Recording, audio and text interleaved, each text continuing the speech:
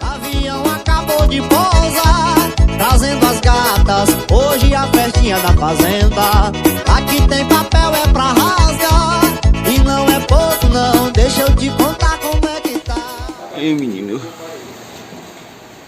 caixa grande da porra, usando a GVN, um pouquinho da GVN, o gás do estranho. Mas você comprou cedo? Hoje como é tão ruim? Média raiz de pau, Atrás de tem para emprestar coisa para 900 reais. Aí, projeto. Vai ser violento, viu?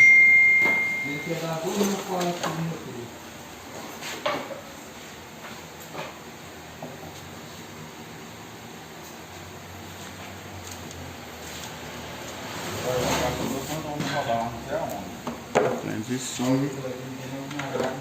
Para não aumentar o peso. Os correntes não estão completos não. Não era para ter guardado leite aqui não. Era para ter deixado o pedacinho aqui, cara. Assim. Entendeu? Esse pedacinho era para ter ficado.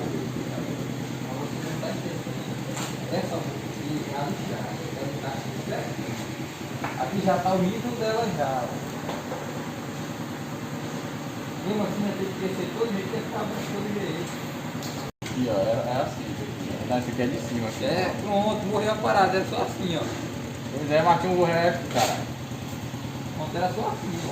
É a divisão para botar essa boca do estranho.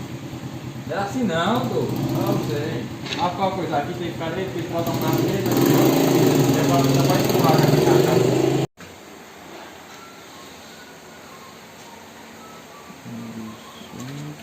ATI, usina de 200, 5.000 gás. Aqui já dá 600 desse lá. Tocar a corneta e uns 3,5 para tocar o médio. Um para cada 3. As cornetas é um para cada 2, eu acho. Para cada 3.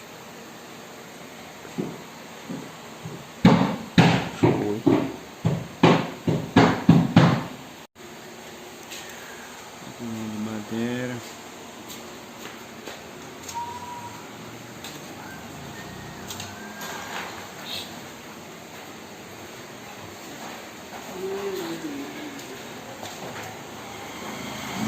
O dinheiro investido, né? Acabou. Ainda tem novidade aqui, ó. Estranha. E aí GVM. Agora tô terminando de tampar tudo aqui. É 5. Acho que não tocaram hoje não. Amanhã eu venho pra gravar ela tocando. 88098331. A empresa que mais cresce no Piauí. Valdemar da Van Moral.